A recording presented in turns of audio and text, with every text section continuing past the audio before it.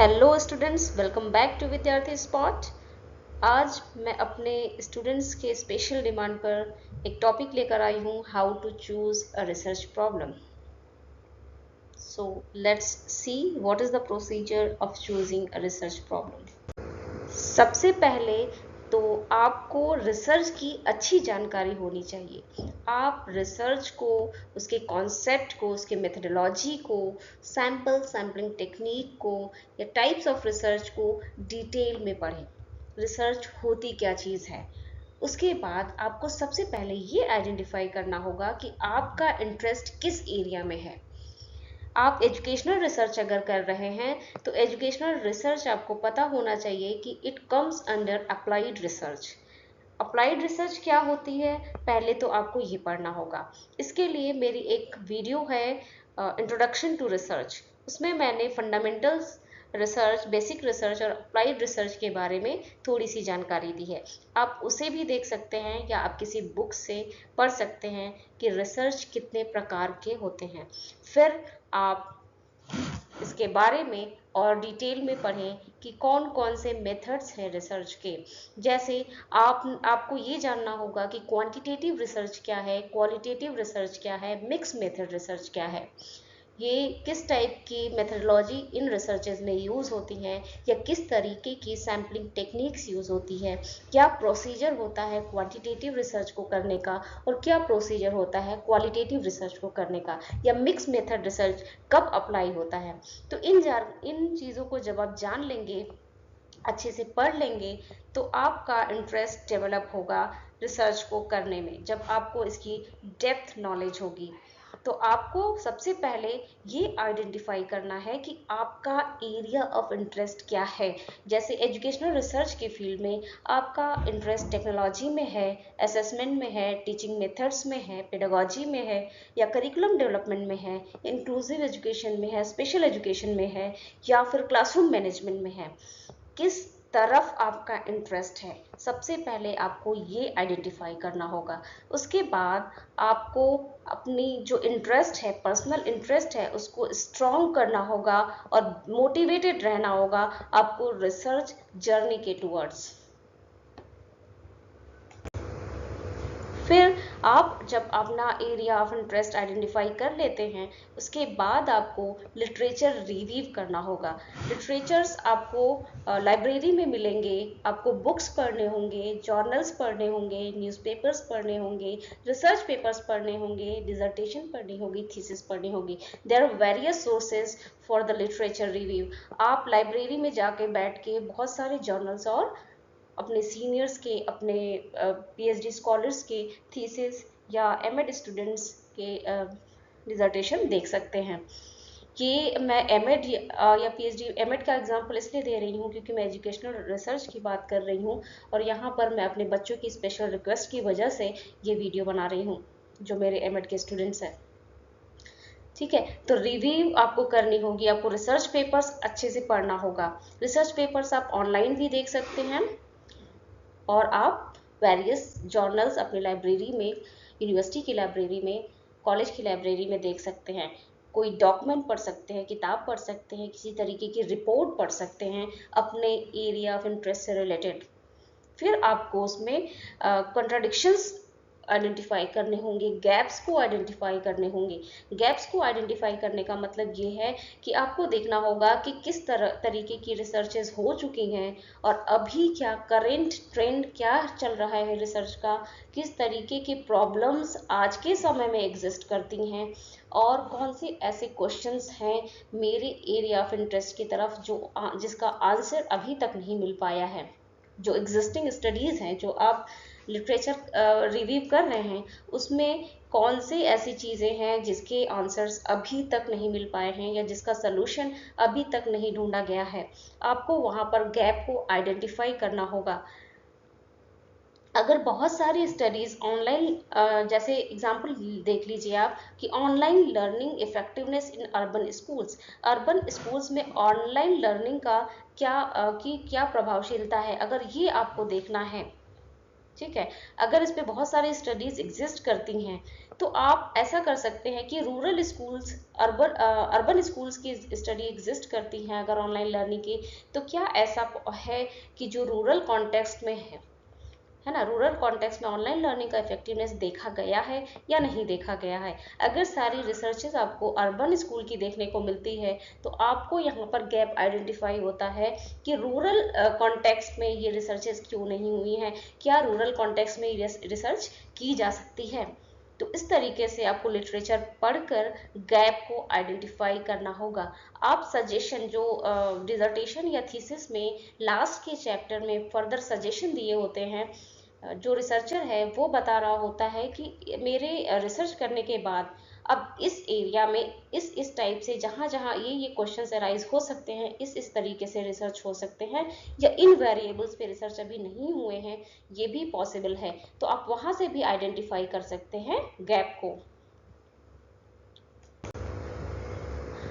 आपको जो भी आप टॉपिक चूज कर रहे हैं, जो एरिया आपने चूज कर ली, फिर उससे रिलेटेड आपने लिटरेचर रिव्यू कर लिया, तो जहां पर आपको गैप आइडेंटिफाई होता है, अगर आपके माइंड में कोई क्वेश्चन अराइज होता है, कोई प्रॉब्लम अराइज होता है, तो आपको देखना होगा कि उस प्रॉब्लम का सलूशन फाइंड आउट करने पर, मतलब रिसर्च करने पर, रिसर्च का मतलब यही है कि किसी प्रॉब्लम का सलूशन फाइंड आउट करना, तो जब आपको देखना होता है कि उसका कोई प्रैक्टिकल रिलेवेंस है या नहीं है, क्या ये वाकई एजुकेशनल प्रॉब्लम को सॉल्व कर पाएगा, क्या ये रिसर्च सॉल्यूशन कोई दे पाएगा। आपको जानना ये ज़रूरी है कि अच्छी रिसर्च का जो है सिग्निफिकेंस है वो थ्योरेटिकल सिग्निफिकेंस होना चाहिए, मतलब अच्छा रिसर्च नॉलेज को इन्हेंस करने में मदद करना चाहिए। ठीक है, नॉलेज में कुछ ऐड ऑन करना चाहिए, जो नॉलेज पहले से एग्जिस्ट कर रही है उसमें एडिशन होना चाहिए। इसका प्रैक्टिकल सिग्निफिकेंस भी होना चाहिए। थ्योरेटिकल सिग्निफिकेंस तो ये है कि नॉलेज को इन्हेंस करने में मदद करती है, दूसरों तक नॉलेज पहुंचाने में मदद करती है। प्रैक्टिकल सिग्निफिकेंस ये है कि आपकी रिसर्च करने के बाद जो आपने सोल्यूशन फाइंड आउट की है, जो आपकी फाइंडिंग्स आई है, उससे लर्नर्स, टीचर्स या पॉलिसी मेकर्स को क्या मदद मिलती है, उसकी क्या सिग्निफिकेंस है, क्या वो एप्लीकेबल है, या कहीं उसको अप्लाई करके, आपकी फाइंडिंग्स को अप्लाई करके कोई सलूशन और ढूंढी जा सकती है, किसी चीज़ को बेहतर बनाई जा सकती है, इसकी यूजेबिलिटी है कि नहीं, फिजिबिलिटी है कि नहीं, आपको ये आइडेंटिफाई करना होगा। ये देखना होगा कि इसका थ्योरेटिकल और प्रैक्टिकल सिग्निफिकेंस है या नहीं, ये हेल्पफुल है या नहीं लर्नर्स के लिए, टीचर्स के लिए या पॉलिसी मेकर्स के लिए। तो आप एक एग्जांपल देख लें कि exploring strategies to reduce exam anxiety among secondary school students. आप जैसे कि सेकेंडरी स्कूल स्टूडेंट्स होते हैं, जूनियर सेकेंडरी या हायर सेकेंडरी आप देख लें, क्लास 10th के स्टूडेंट्स या 11th 12th के स्टूडेंट्स को आप देख लें, तो उनमें जो एग्ज़ाम की एंजाइटी होती है बोर्ड एग्ज़ाम को लेकर, तो उसमें हम एक्सप्लोर कर सकते हैं कि ऐसी कौन सी स्ट्रेटजीज़ हैं जो एग्ज़ाम की एंजाइटी को, एग्ज़ाम के टूवर्ड्स बच्चों को जो एंजाइटी होती है उसको रिड्यूस करने में कौन कौन सी स्ट्रेटजीज़ ऐसी हैं जो मदद कर सकती हैं। तो इसका जाहिर सी बात है, इस रिसर्च को करने का आपको देखने को मिलता है कि थ्योरेटिकल सिग्निफिकेंस तो है ही, ये नॉलेज को इन्हेंस तो करता ही है, प्रैक्टिकल सिग्निफिकेंस भी है। जो फाइंडिंग्स आएंगी, जो एक्सप्लोरेशन आपको निकल कर आएगी, जो तरीके निकल कर आएंगे, बच्चे उसे अपने एग्ज़ाम के ड्यूरिंग अपने लाइफ में इसको इनकलकेट कर सकते हैं। तो प्रैक्टिकल रेलेवेंस होना इम्पॉर्टेंट है। अलाइन विथ योर रिसोर्सेज, मतलब ये है कि आपका जो रिसर्च प्रॉब्लम आप जो चूज़ करना चाहते हैं, जिस एरिया का प्रॉब्लम जहाँ पे आपने गैप आइडेंटिफाई की है, वहाँ से अगर कोई रिसर्च प्रॉब्लम आपको समझ में आती है, तो वो आपके टाइम, आपके बजट और आप जहाँ तक पहुँच सकते हैं आपके रीच में, मतलब पार्टिसिपेंट्स मतलब सैंपल आपके एक्सेस में है, पहुँच में है कि नहीं। टाइम ड्यूरेशन, ऐसा रिसर्च प्रॉब्लम चूज करें जो आप समय से उसे कंप्लीट कर पाएं और आपके बजट फ्रेंडली हो। ऐसा कोई रिसर्च आपको चूज नहीं करना है जिसके लिए आपके पास बजट नहीं हो और वो मुश्किल हो जाए और बीच में आपको छोड़ना पड़े। ठीक है, तो ये आपके रिसोर्सेज के से अलाइनमेंट में होना चाहिए। आपको ऐसे टॉपिक्स अवॉइड करने चाहिए जिसमें बहुत सारी रिसोर्सेज की ज़रूरत है और आप एक्सेस नहीं कर सकते उन रिसोर्सेज को। जैसे एग्जांपल ले लें, impact of ICT on education in India. अगर आप एजुकेशन में आईसीटी का इम्पैक्ट देखना चाहते हैं पूरे इंडिया में, तो ये आपके लिए पॉसिबल नहीं है। आप पूरे इंडिया में जा जाके सैंपल से डेटा कलेक्ट नहीं कर सकते, आप यहाँ तक नहीं पहुँच सकते, राइट। आपको सारे पार्टिसिपेंट्स तक पूरी इंडिया की पॉपुलेशन से एक्सेस नहीं कर सकते, ना ही आपकी इतनी स्किल है, ना ही आपके पास इतना बजट है। तो आप इसको नैरो डाउन करने की कोशिश करें। इम्पैक्ट, जैसे कि आपने नैरो डाउन कर लिया, impact of ICT in science learning among grade 8 students in government schools in Delhi. आपने एक particular state, union territory Delhi ले लिया, वहाँ पर आप साइंस लर्निंग आईसीटी का इम्पैक्ट साइंस लर्निंग पे देखना चाहते हैं ग्रेड 8 के स्टूडेंट्स को, और वो भी आपने और स्पेसिफिक कर दिया कि गवर्नमेंट स्कूल्स में। तो दिल्ली के गवर्नमेंट स्कूल्स के क्लास 8 के स्टूडेंट्स को आपको लेना है, उसमें साइंस लर्निंग पे आईसीटी का इम्पैक्ट देखना है। तो ये आपने लिमिट कर दिया, आपने नैरो डाउन कर दिया एक पर्टिकुलर स्टेट या यूनियन टेरिटरी तक, और वहाँ के गवर्नमेंट स्कूल्स तक आपने यहाँ तक नैरो डाउन कर दिया, तो ये आपके लिए करना पॉसिबल हो पाएगा। तो आप अपने रिसोर्सेज के हिसाब से चलें। फिर आपका एक क्राइटेरिया है इंश्योर रिसर्च फिजिबिलिटी। इसका मतलब ये है कि प्रॉब्लम रिसर्चेबल होना चाहिए, इतना फिजिबल होना चाहिए प्रॉब्लम। मतलब कि आपको कोई ना कोई आपका प्रॉब्लम ऐसा होना चाहिए, स्पेसिफिक होना चाहिए कि कोई ना कोई रिसर्च मेथड अप्लाई करके उसका सोल्यूशन फाइंड आउट किया जा सके। जैसे क्वांटिटेटिव मेथड, क्वालिटेटिव मेथड या मिक्स मेथड, इनकी डीप में मैं अलग अलग वीडियोस बनाऊंगी। क्वांटिटेटिव की अलग, क्वालिटेटिव की अलग, एंड मिक्स की अलग, और इनके अंदर कौन कौन से रिसर्चेस और कितने टाइप्स हैं उसकी वीडियो मैं अलग बनाऊंगी। अभी मैं ये बताना चाहती हूँ कि प्रॉब्लम को चूज कैसे करें, ठीक है। तो आपको इनमें से कोई एक मेथड या दो मेथड अप्लाई करके उस प्रॉब्लम का सलूशन फाइंड आउट कर लेना चाहिए। उस तरीके का प्रॉब्लम होना चाहिए कि कोई ना कोई मेथड अप्लाई किया जा सके। आप मेक श्योर करें कि आपका डेटा जो आप कलेक्ट करना चाहते हैं वो मेजरेबल हो। अगर डेटा मेजरेबल नहीं होगा तो हम उस प्रॉब्लम का सलूशन नहीं निकाल सकते हैं। मेजरेबल डेटा का मतलब है कि डेटा किसी क्वेश्चनर की मदद से, ऑब्जर्वेशन की मदद से, इंटरव्यू की मदद से आप उस डेटा को मेज़र कर सकें, कलेक्ट कर सकें डेटा, और बाद में उसकी एनालिसिस करके मेज़र कर सकें। तो इनमें या तो क्वांटिटेटिव अप्लाई होगा या क्वालिटेटिव अप्लाई होगा, या दोनों अप्लाई होंगे। दोनों अप्लाई जब होते हैं तो उसे मिक्स मेथड रिसर्च कहते हैं। तो डेटा आपका मेजरेबल होना चाहिए, ठीक। आपको ऐसे स्टडीज़ जो एब्स्ट्रैक्ट प्रॉब्लम्स हैं वैसे आपको अवॉइड करना चाहिए। आपको इस तरीके के प्रॉब्लम्स अवॉइड करना चाहिए जो कि एम्पेरिकली स्टडी नहीं किए जा सकते। एम्पेरिकल का मतलब होता है कि सेंस ऑर्गन्स का यूज़ करके जब हम कोई नॉलेज गेन करने की कोशिश करते हैं तो that is called empirical knowledge, right. फिर हमें ये देखना है कि ओरिजिनलिटी के लिए चेक करना है। आपका प्रॉब्लम किसी पास्ट स्टडी का डुप्लीकेशन नहीं होना चाहिए कि कोई स्टडी पहले से हुई है, सेम वही उठाकर हमने कर ली। आप इतना कर सकते हैं कि उस प्रॉब्लम में मॉडिफिकेशन थोड़ी बहुत कर सकते हैं, या फिर जो प्रॉब्लम का सलूशन एग्जिस्ट कर रहा है, जो रिसर्चेज आपने देखी हैं, आप ज्यों का त्यों नहीं उठा सकते।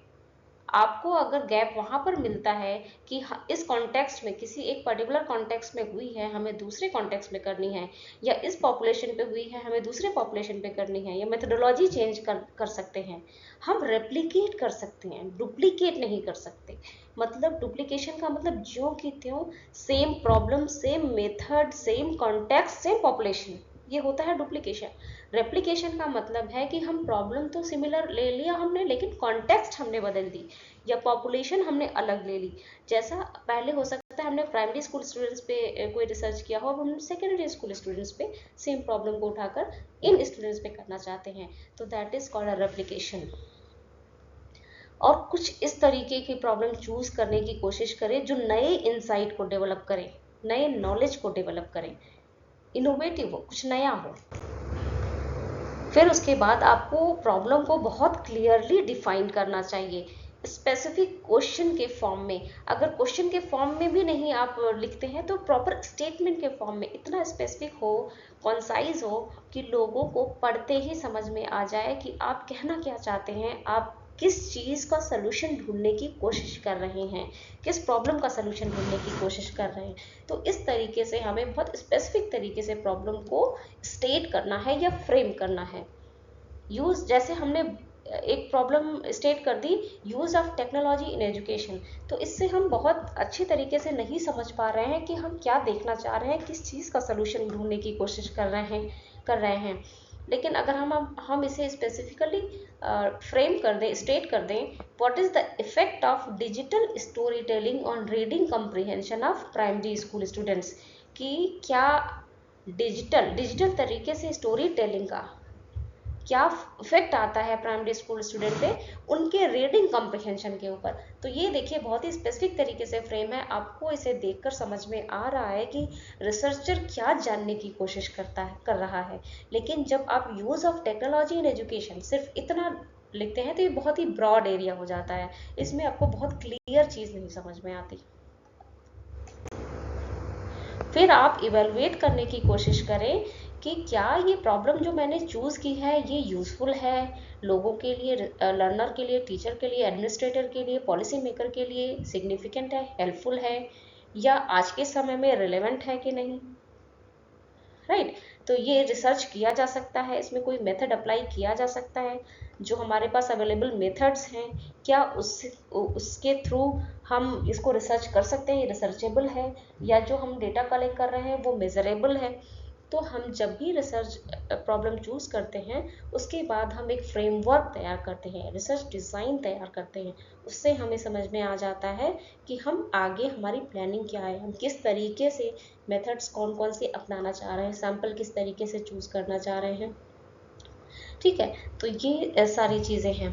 तो आपको एक और चीज़ देखनी है कि क्या आप जो चूज कर रहे हो रिसर्च प्रॉब्लम वो ओरिजिनल है, या फिर नॉलेज में कुछ इन्हेंसमेंट कर रहा है या नहीं, कुछ नया प्रोड्यूस करने की कोशिश कर रहा है या नहीं, ये फिजिबल है हमारे रिसोर्सेज और टाइम के अकॉर्डिंग, ये फिजिबल है या नहीं, या फिर क्या ये प्रोफेशनल ग्रोथ के लिए सुटेबल है, एकेडमिक ग्रोथ के लिए सुटेबल है। तो ये सारी चीज़ें एक चेकलिस्ट बनाकर आप इवेलुएट कर लें कि ये प्रॉब्लम कहाँ तक सिग्निफिकेंट है, कहाँ तक रिसर्चेबल है, इसका मेजरेबल है या नहीं, ओरिजिनल है या नहीं। तो ये सारी चीज़ें आप मेक श्योर कर लें। तो इस तरीके से हम अगर समरी के रूप में देखें कि एक अच्छा रिसर्च प्रॉब्लम एजुकेशनल रिसर्च में कहाँ से आता है, आपकी इंटरेस्ट से आता है, एरिया ऑफ इंटरेस्ट प्लस आपका लिटरेचर गैप, जो आपने लिटरेचर रिव्यू की वहाँ से गैप फाइंड आउट किया, प्लस उसकी practical utility, practical relevance, plus visibility, plus clarity, plus originality, इतनी चीज़ें इंपॉर्टेंट होनी चाहिए आपके अच्छे रिसर्च प्रॉब्लम के लिए। अगर आप इंटरेस्टेड नहीं, आपका एरिया ऑफ इंटरेस्ट नहीं है, आप अच्छे से कुछ उस प्रॉब्लम का सलूशन नहीं फाइंड आउट कर सकते, आप कुछ ओरिजिनल प्रोड्यूस नहीं कर सकते, राइट। तो आपका इंटरेस्ट होना चाहिए, आपने गैप फाइंड आउट हो जाए, आपका रिलेवेंस प्रैक्टिकल हो जाए, आपका टॉपिक फिजिबल हो, क्लियर हो और ओरिजिनल, राइट। अब हम देखते हैं कि एक सिंपल एग्जाम्पल के साथ स्टेप बाय स्टेप अगर हम देखें कि किस तरीके से हम एक ब्रॉड टॉपिक को नैरो डाउन करने की कोशिश करें, नैरो एक टॉपिक फ्रेम करने की कोशिश करते हैं, राइट। तो पहला स्टेप है start with a broad area of interest. बड़ा एरिया ऑफ इंटरेस्ट आप वहाँ से स्टार्ट करें, जैसे कि आपका इंटरेस्ट टेक्नोलॉजी इन एजुकेशन में है, एग्जाम्पल ले लें, ठीक। तो आपने आइडेंटिफाई किया कि मुझे सारे पेपर्स में से एजुकेशनल टेक्नोलॉजी इन एजुकेशन मुझे बहुत पसंद है, मैं इसमें कुछ करना चाहती हूँ। फिर आपने उसका सब एरिया चूज करना है, सब एरिया आइडेंटिफाई करना है, जैसे ऑनलाइन लर्निंग हो गई, मोबाइल ऐप हो गया, वर्चुअल लैब हो गया, स्मार्ट क्लासरूम हो गया। इसमें से मैं किस तरफ, मेरा जो सब एरिया है उधर किस तरफ इंटरेस्ट है। तो जैसे आपने चूज कर लिया mobile apps in education, education में मोबाइल ऐप्स का क्या यूज है, आपने अगर इसे चूज कर लिया तो थर्ड आपका स्टेप होगा आपको टारगेट ग्रुप चूज करना है कि हम मोबाइल ऐप का जो यूज है वो किस ग्रुप पर देखना चाहते हैं, प्राइमरी स्टूडेंट्स पर, सेकेंडरी स्टूडेंट्स पर, कॉलेज स्टूडेंट्स पर, राइट। तो अगर हमने इसमें से फिर चूज़ कर लिया कि हम सेकेंडरी स्कूल स्टूडेंट्स पे देखते हैं, क्योंकि हमें लगता है कि सेकेंडरी स्कूल स्टूडेंट्स का जो फेज़ होता है वो कहा जाता है कि एडोलसेंस फेज़ होता है, राइट, आंधी और तूफान की अवस्था होती है। तो इस टाइम बच्चे के बनने या बिगड़ने के बहुत चांसेस होते हैं। तो हमारा इंटरेस्ट जगा कि हम सेकेंडरी स्कूल स्टूडेंट्स पे देखने की कोशिश करते हैं। ठीक, फिर आपने चूज कर लिया कि हम किस सब्जेक्ट या कौन सी स्किल को आइडेंटिफाई करना चाहते हैं। सेकेंडरी स्कूल स्टूडेंट्स के किस सब्जेक्ट पर हमारा फोकस है, कि ऑनलाइन लर्निंग, मोबाइल लर्निंग का यूज़, या हम किस सब्जेक्ट पे देखना चाहते हैं, मैथ्स पे, साइंस पे, लैंग्वेज लर्निंग पे। तो हम इस तरीके से स्टेप वाइज नैरो डाउन करते हैं, स्पेसिफिक होने की कोशिश करते हैं, राइट। तो हमने चूज कर लिया इंग्लिश वोकेबुलरी एक्विजिशन को। फिर हमने देख लिया, अब हमने एक चूज़ कर लिया एक पर्टिकुलर इंग्लिश एक्विजिशन, वहाँ पे मोबाइल लर्निंग का यूज़। ठीक, अब हम देखते हैं कि मोबाइल ऐप्स ना क्लियर है कि नहीं, हमारा टॉपिक बिल्कुल फिजिबल है कि नहीं, रिलेवेंट है कि नहीं, ओरिजिनल है कि नहीं, ये हम देखने की कोशिश करते हैं। तो हम देखते हैं कि मोबाइल ऐप पे हमारा फोकस है, वोकेबुलरी पे है, सेकेंडरी स्टूडेंट्स पे है। ये हमारा हम क्लियर हो गए बिल्कुल कि हमारा फोकस यहाँ पर है। फिर हम देखते हैं कि डेटा जो कलेक्ट किया जाएगा वो किस तरीके से किया जाएगा। प्री टेस्ट किया जाएगा, पोस्ट टेस्ट किया जाएगा, मतलब एक्सपेरिमेंटल किया जाएगा या सर्वे किया जाएगा। एक्सपेरिमेंटल का मतलब है कि मोबाइल यूज प्री टेस्ट, पहले हमने टेस्ट ली जब बच्चे ने मोबाइल ऐप से वोकेबुलरी पढ़ने की कोशिश नहीं की। ठीक, नॉर्मल ट्रेडिशनल क्लासरूम से पढ़ रहा है, बाद में हमने मोबाइल ऐप से इंग्लिश वोकेबुलरी पढ़ाने की कोशिश की, फिर हमने बाद में कुछ समय दिया उन बच्चों को और बाद में एक टेस्ट लिया। तो एक्सपेरिमेंटल रिसर्च इसे कहेंगे। या फिर हम देखना चाहते हैं, सर्वे करके देखना चाहते हैं, तो हम अपना मेथड चूज करने की कोशिश कर रहे हैं कि किस टाइप का रिसर्च हमें करना है। फिर हम देखते हैं कि रिलेवेंट है या नहीं, क्या ये हेल्प करेगा टीचर्स को मोबाइल ऐप्स को जानने के लिए कि लैंग्वेज लर्निंग में मोबाइल ऐप्स का किस तरीके से, लैंग्वेज लर्निंग को इम्प्रूव करने के लिए मोबाइल ऐप्स का किस तरीके से यूज़ कर सकते हैं, क्या ये टीचर्स को हेल्प करेगा। फिर हम देखते हैं कि ओरिजिनल है या नहीं, क्या ये हमारे डिजिटल लर्निंग के कॉन्टेक्स्ट में कुछ नॉलेज में इन्हेंसमेंट करेगा या नहीं। अब हम इसके बाद डिसाइड करते हैं कि हमारा रिसर्च एंगल क्या है, हमें क्या देखना है। इम्पैक्ट देखना है मोबाइल लर्निंग के यूज़ का, वोकेबुलरी पढ़ने से किस पे अचीवमेंट पे इम्पैक्ट देखना है, या traditional versus digital learning method में कंपैरिजन देखना है, या रिलेशनशिप देखना है ना, इफेक्टिवनेस ऑन अचीवमेंट देखना है, क्या करना है हमें। फिर हम रिसर्च एंगल को डिसाइड करते हैं यहाँ पर आकर। अभी तक तो हमने मोबाइल लर्निंग यूसेज का देख लिया, वोकेबुलरी को इन्हांस करने के लिए, सीखने के लिए सेकेंडरी स्कूल स्टूडेंट्स पे, राइट। तो अब हमें एक पर्टिकुलर एंगल को देखना है कि इफेक्टिवनेस इसका अचीवमेंट पे देखना है, या ट्रेडिशनल वर्सेस डिजिटल में हमें कंपैरिजन करना है, या हमें करना क्या है। रिसर्च एंगल को डिसाइड करने के बाद फिर हम रिसर्च प्रॉब्लम को क्लियरली फ्रेम कर लेते हैं। जैसे आपने फ्रेम कर लिया टेक्नोलॉजी इन एजुकेशन, अब पहले तो हमने ये चूज किया था चेक अपना एरिया टेक्नोलॉजी इन एजुकेशन, लेकिन हमने नैरो डाउन करते करते क्या चूज किया, what is the effect of mobile learning apps on school vocabulary acquisition among secondary school students. हम इस तरीके से नैरो डाउन करके पर्टिकुलर एक स्टेटमेंट के रूप में हमने अपनी रिसर्च प्रॉब्लम फ्रेम कर ली। तो आपने देखा कि क्या इंपॉर्टेंट स्टेप्स हैं रिसर्च प्रॉब्लम को चूज करने के लिए, और किस तरीके से हम ब्रॉडर एरिया से नैरोअर कॉन्सेप्ट की तरफ जाते हैं, ब्रॉडर अपने एरिया ऑफ इंटरेस्ट से एक पर्टिकुलर प्रॉब्लम को चूज करते हैं।